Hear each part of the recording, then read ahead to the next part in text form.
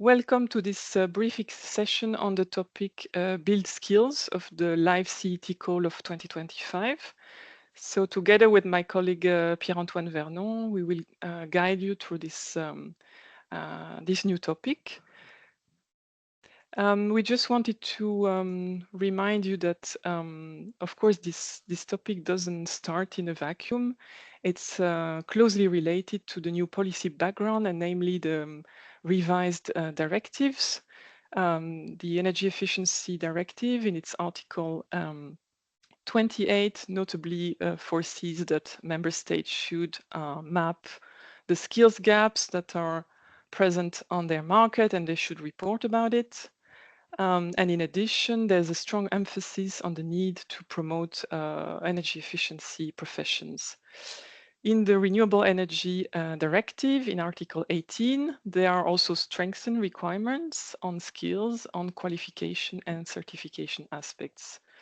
And last but not least, in the revised Energy Performance of Buildings Directive, member states should put forward measures and financing to promote skills to make sure there is a sufficient workforce equipped with the right skills, and this should be reflected in the national building renovation plan. So please have this policy background in mind whenever you look also at our topic. The first thing we need to start from, I believe, in relation to this topic is the Build Up Skills initiative, because this topic is really a continuation of this initiative that has started back in 2011. So it's our flagship initiative to promote skills along the building value chain. It has been supported through 3 successive programs that you see listed here: Intelligent Energy Europe, then Horizon 2020, and currently it is funded under the LIFE Clean Energy Transition sub-program. Build Up Skills has really supported a very big pipeline of projects, more than 100 to date, and there are a few more in grant preparation actually. So this is really an area that is very, very active. The funding also is quite substantial, nearly 70 million euro funding allocated since 2011. Among other results, we can mention that the initiative has supported the development of national platforms and roadmaps in a number of countries. And we will come back to this, as this is really the core of also the 2005 topic.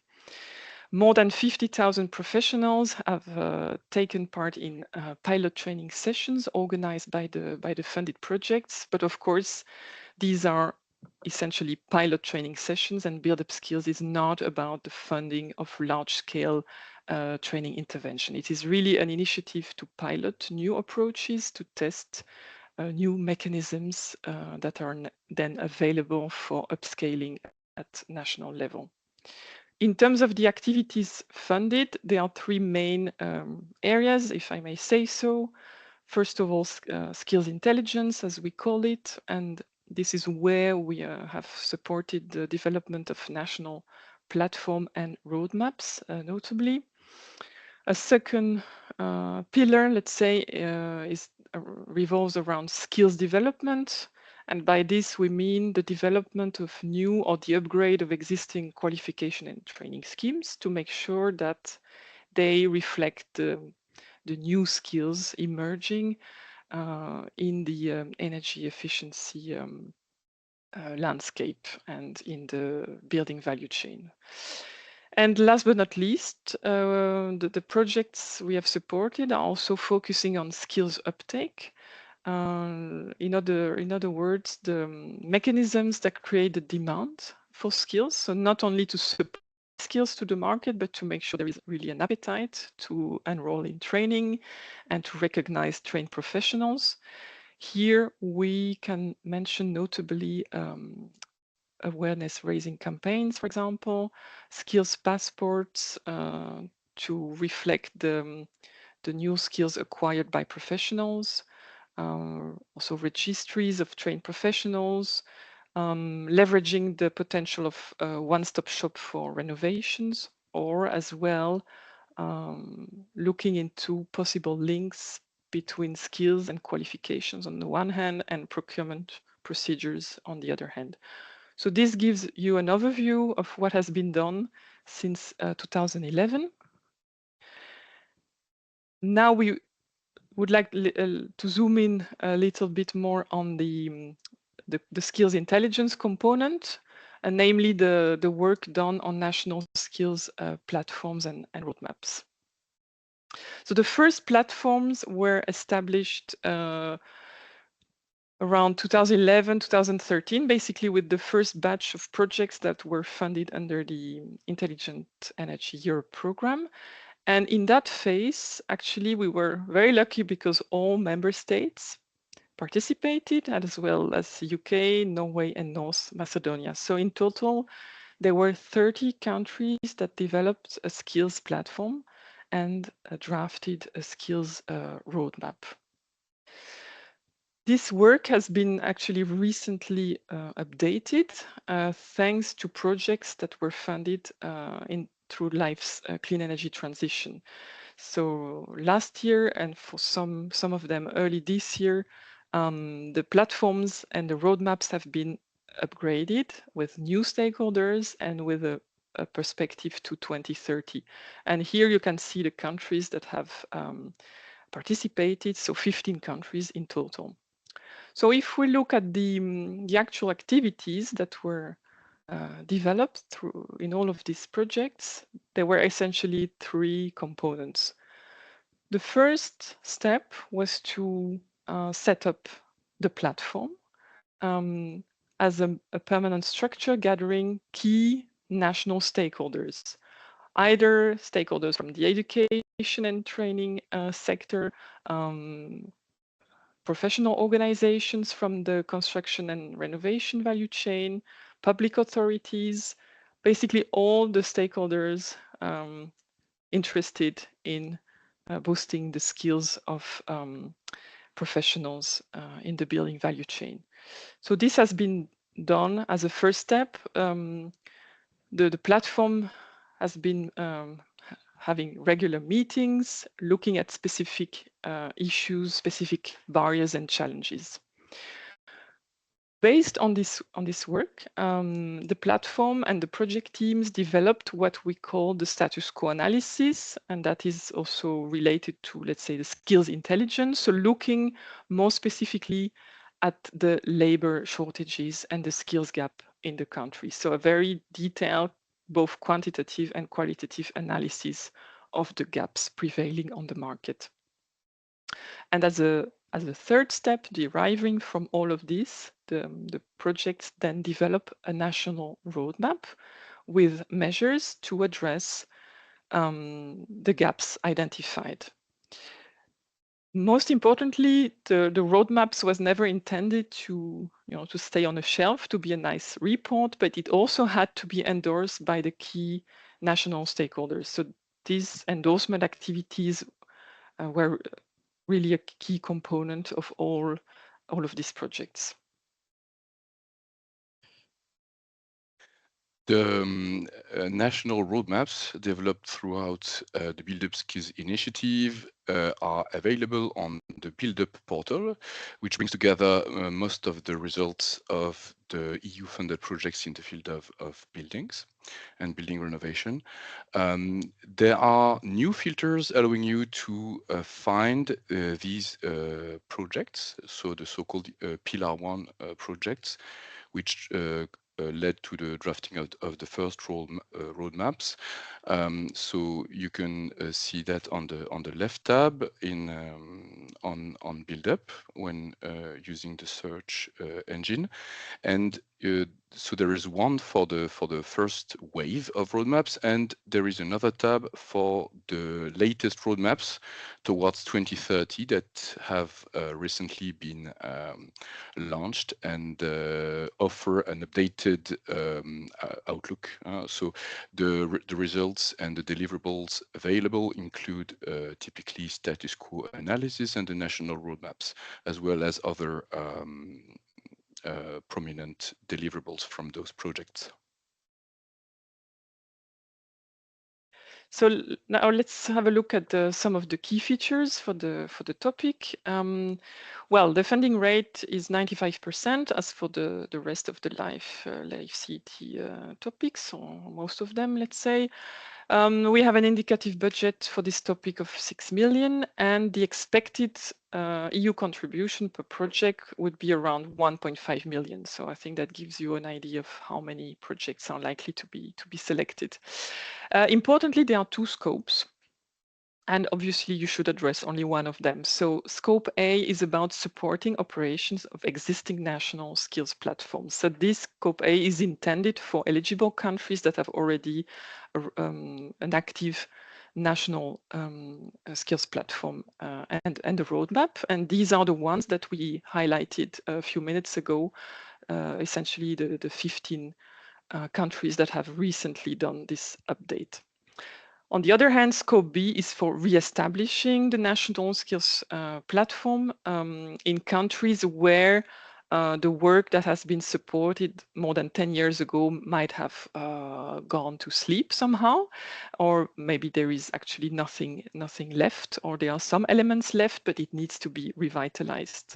So you will, depending on the situation in your country, you will address either Scope A or Scope B, so it should be rather straightforward. For this topic, it is possible to have applications submitted by a single applicant or by applicants from the same eligible country. Clearly, the topic has a national focus, but indeed, the proposal could potentially cover several eligible countries. At the end of the day, we intend to support only one platform in a given eligible country because it makes sense, basically.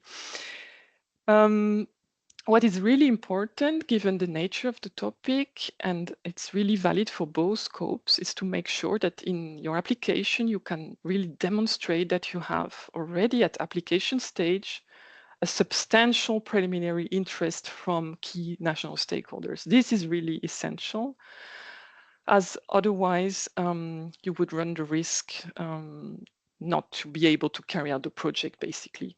And when we say key national stakeholders, this also includes, obviously, public authorities, given the nature of the activities that are expected.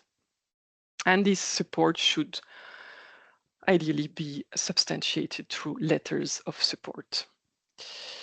Another important reminder is that this topic was open in a rather similar format in 2021 and 2022.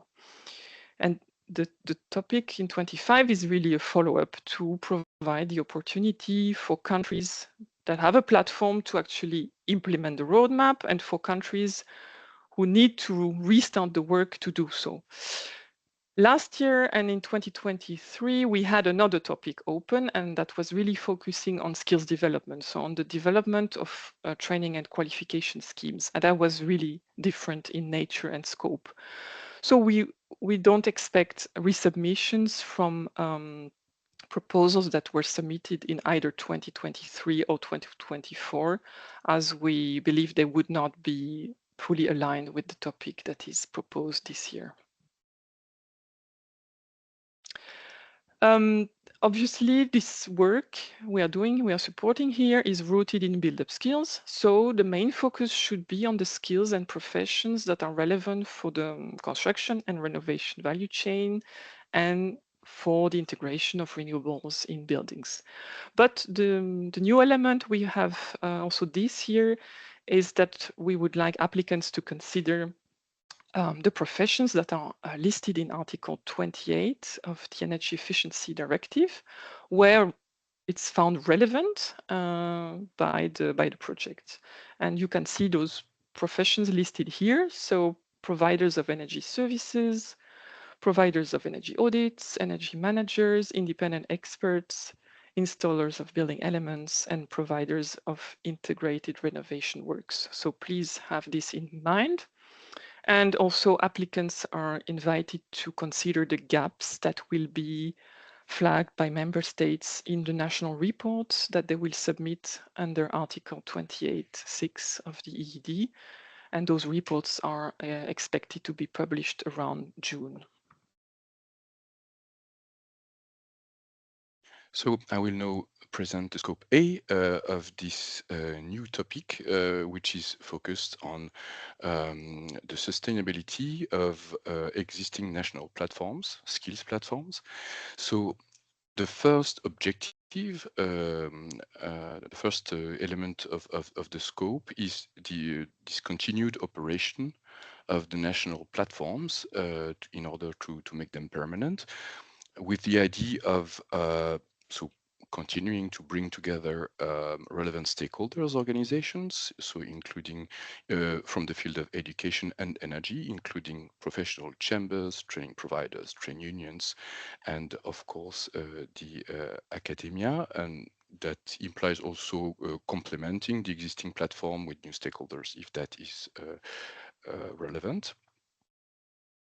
The second objective should be to promote the skills dimension of the clean energy transition, highlighting how skills is part of that transition, and to do so in contact with relevant policymakers, so public policymakers and also private decision makers. And it can also include the setting up or the continued operations of working groups of relevant stakeholders on specific issues that have an impact on the market. So these working groups need to be duly justified by clear need.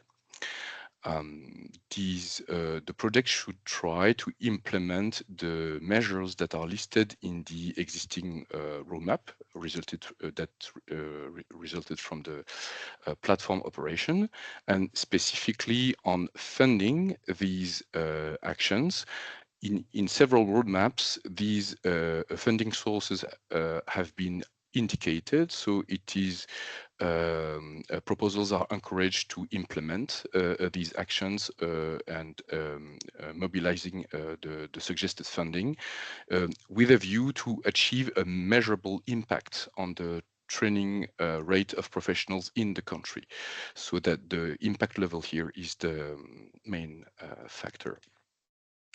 The third dimension of the projects with existing roadmaps is to design large-scale communication and awareness campaigns intended first to promote the contribution of skilled professionals to the clean energy transition, explaining how building sector professionals are an integrate part of the clean energy transition.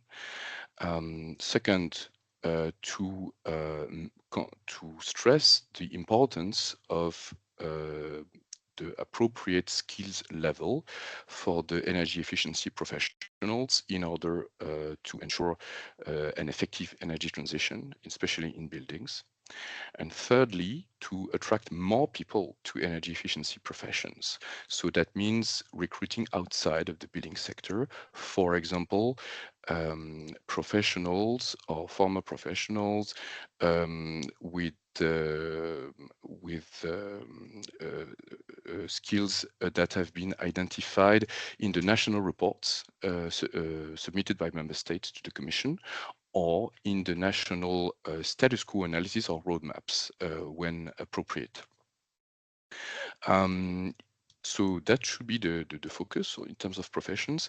If there are a focus on specific gaps outside of that scope, they should be duly justified.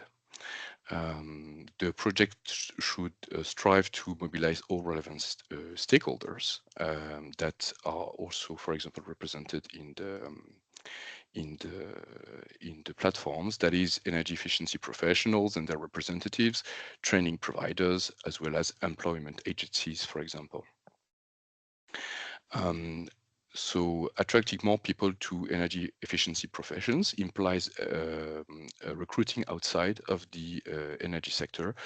For example, those professionals from sectors with a reskilling potential relevant to the building sector, or social groups that are underrepresented in the building sector, such as women and young people, and that includes students from vocational and higher education institutions. These communication and awareness raising campaigns have to be both online and on-site. So online campaigns only are not sufficient to achieve the desirable impact on the workforce, and they should be tailored to the specific target groups identified. The best practice of carrying out roadshows in dedicated cities is encouraged in this respect. The topic-specific impacts will be some of the most important impact factors assessed during the evaluation of proposals. Some of them are traditionally present in build-up skills projects, such as the number of key stakeholders involved in the platform, the numbers of meetings of the platform, including the thematic working groups, or national policy documents that are resulting from that work. But with this new focus, the other impacts are also important and should be really targeted by the proposals. For example, it's the number of measures from the national roadmaps implemented by the project, people impacted by the communication and awareness campaigns with specific indicators relevant to campaigns such as gross reach, net reach, recall rate, increased knowledge among the people reached, and the percentage of the audience that took action as a result of the campaign. The number of trained professionals is a standard impact of build-up skills projects, but the projects should try to increase the annual training rate of professionals in the country.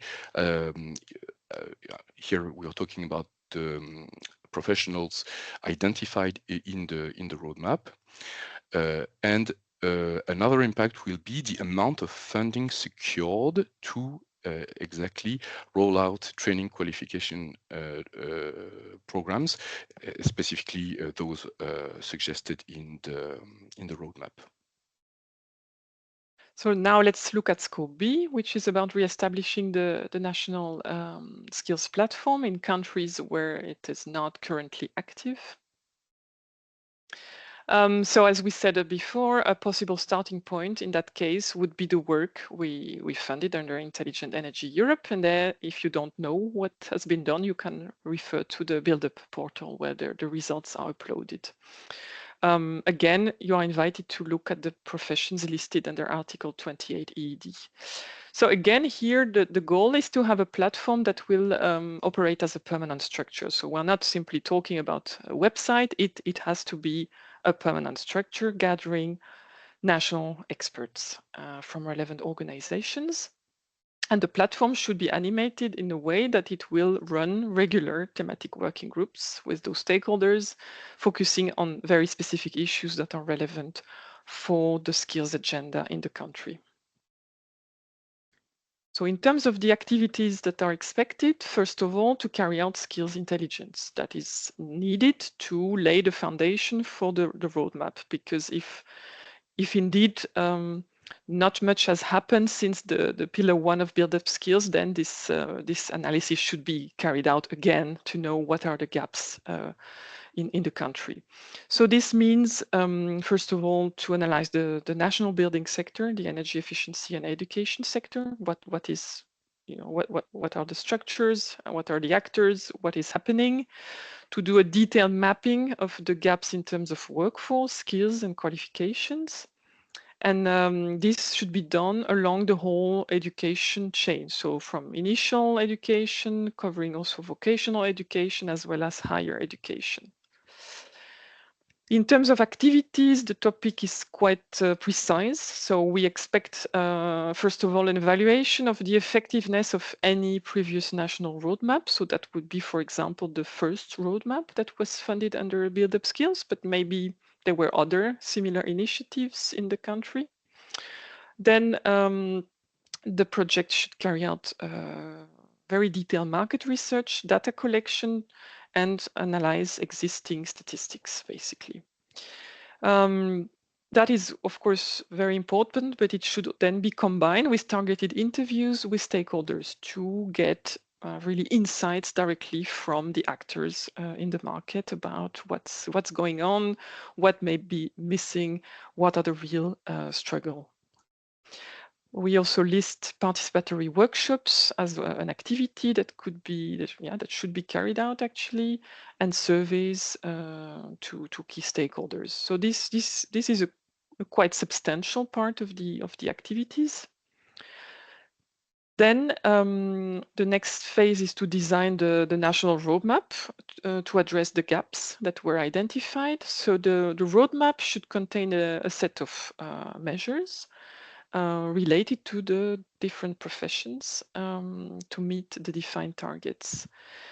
The measures should then be accompanied by a detailed action plan that should actually also list the time frame to implement those measures.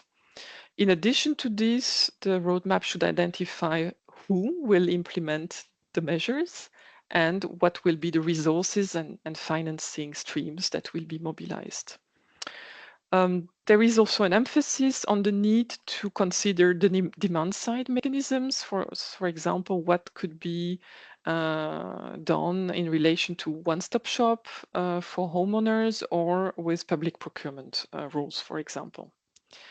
And lastly, the roadmap should also contain some indicators that will enable the monitoring of its implementation later on.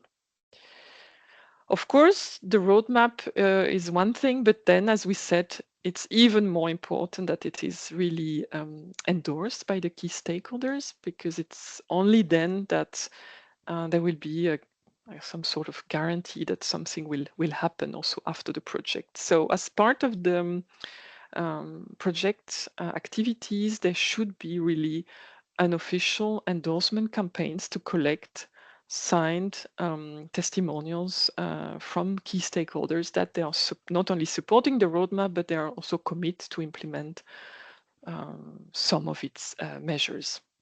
And that should obviously include public authorities.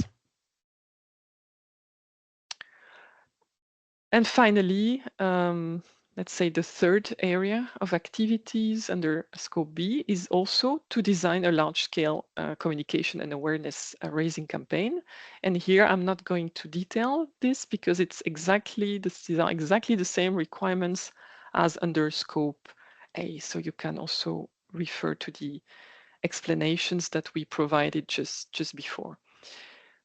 I think with this, we concluded the presentation. I only need to mention that also for Scope B, there are some topic-specific impacts, and they are very important. Here as well, you will need to give the number of key stakeholders that will be involved in the platform, the number of meetings of the platform, the policy documents, the number of endorsements, obviously, that is key for Scope B. The number of people impacted by the communication and awareness raising campaign, with the same requirement to have specific indicators for this, and we give some examples. Also the projected annual training rate for the relevant professionals, because of course in Scope B you might not be developing training activities as such, but you may be able then to forecast how the measures you are proposing will impact the annual training rate in your country. And last but not least, very important, the amount of funding secured to roll out the training and qualification interventions that will be proposed as part of the national roadmap. So these are really the key indicators you should consider when drafting your proposal, of course, in addition to the horizontal LIFE-CET KPIs that you will see listed in the application template. With this, yes, we are coming to the end of this presentation. We hope it provided some insights in relation to this build skills topic. We wish you good luck for your preparation, and we look forward to receiving your proposals. Thank you.